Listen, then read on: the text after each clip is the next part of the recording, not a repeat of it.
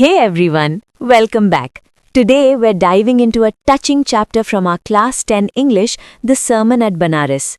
This story weaves together themes of loss, acceptance, and spiritual wisdom in a way that really hits home. Imagine losing someone you love. It's heartbreaking, right? Well, this chapter uses Buddha's first sermon to guide a grieving mother, Kisa Gautami, through that exact pain. We'll try to understand the tale in a friendly, conversational way and break down some literary tricks. By the end, you'll not only understand the story, but also feel how its message relates to our lives. Let's jump right in. Buddha himself started life as a sheltered prince named Siddhartha Gautama. He was kept away from all suffering by his family. But one day, on a trip outside the palace, he met an old man, a sick man, and saw a funeral procession. These sights showed him for the first time that people get sick and die. Moved by this, Siddhartha left his royal life to search for the truth behind suffering. After years of meditation under what became known as the Bodhi tree, he attained enlightenment and became the Buddha, the awakened one. He then began to share what he learned. His very first sermon was in Banaras, a holy city, and contained a powerful story about understanding life and death. In that sermon, Buddha told the story of Kisa Gautami, a young mother whose only child had died. Kisa was devastated and refused to accept that her baby was gone.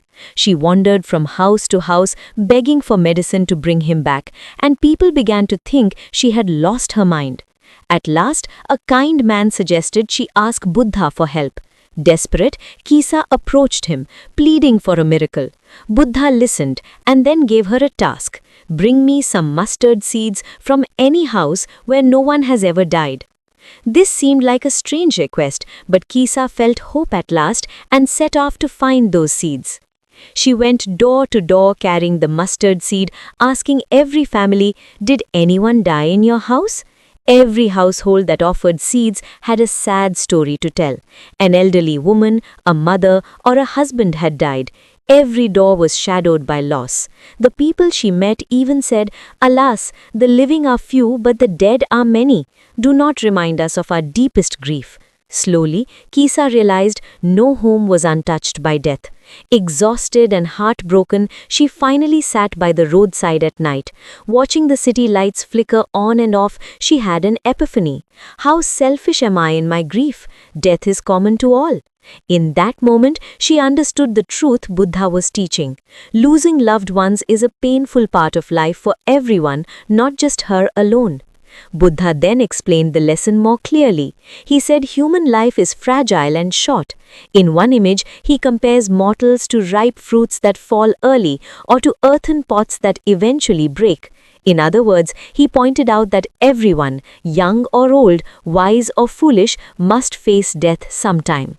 Buddha also warned the listeners that crying or grieving won't change the past. As he put it, not from weeping nor from grieving will anyone obtain peace of mind. On the contrary, his pain will be greater. In short, he told Kisa and everyone that wallowing in sorrow only deepens suffering. The true way to peace is to accept life's cycle of birth and death rather than try to escape it. Let's look at some literary elements that help make this story powerful and clear. This whole chapter is essentially a parable. A parable is a short, allegorical story designed to illustrate or teach a moral lesson or spiritual principle. In our tale, Buddha uses a simple story, Kisa Gautami's search for mustard seeds, to teach a deep moral truth about life and death. The ordinary events, a mother's grief, a search for seeds, are not the point themselves. They help reveal the lesson underneath. We see strong symbols in this story. The mustard seed itself is symbolic. In literature, symbolism means using an object or idea to represent something bigger. Here the mustard seed represents life and death. Every family's grief shows how universal loss is. Asking for an ever-living mustard seed makes us think about what it means to be truly alive when everywhere you look, someone has died. The story's details like the flickering lights Kisa watches also symbolize the coming and going of life. tone is the author's attitude or mood in writing. In this chapter, the tone is gentle, wise, and respectful. Buddha speaks with compassion and calm. He is serious and caring, not sarcastic or jokey. In fact, there is no humor or exaggeration here. This isn't a satire or a farce. Satire would mean mocking something to criticize it, and a farce is a silly, over-the-top comedy, neither of which fits this story. Instead, the tone remains straightforward and sincere, as Buddha guides Kissa to acceptance. Buddha emphasizes his point by repeating ideas. Repetition is a literary device where words or phrases are repeated to make a point clear.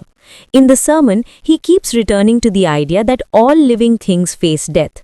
For example, he repeatedly reminds us that the dead are not saved by lamentation and that everyone's life will end.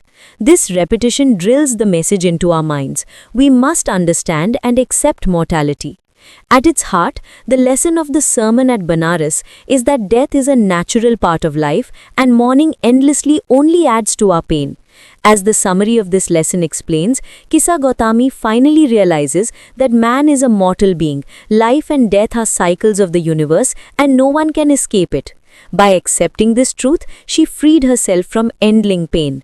In other words, when we understand that everyone eventually faces loss, we can let go of constant sorrow and find peace again. I have a few tips that will help you to prepare better for exams. First, know the story well. Be able to recall key events like the four sights, the old man, sick man, corpse, and monk that led Buddha to enlightenment, and Kissa Gotami's mustard seed quest. These are likely to be asked. Then understand the theme. Remember the main message. Life is short and death is common to all. Grief won't change fate. You might even quote Buddha's advice, such as "Not from weeping will anyone obtain peace." Later, learn literary terms. Be ready to identify devices. For example, the sermon at Banaras is a parable, a story with a moral.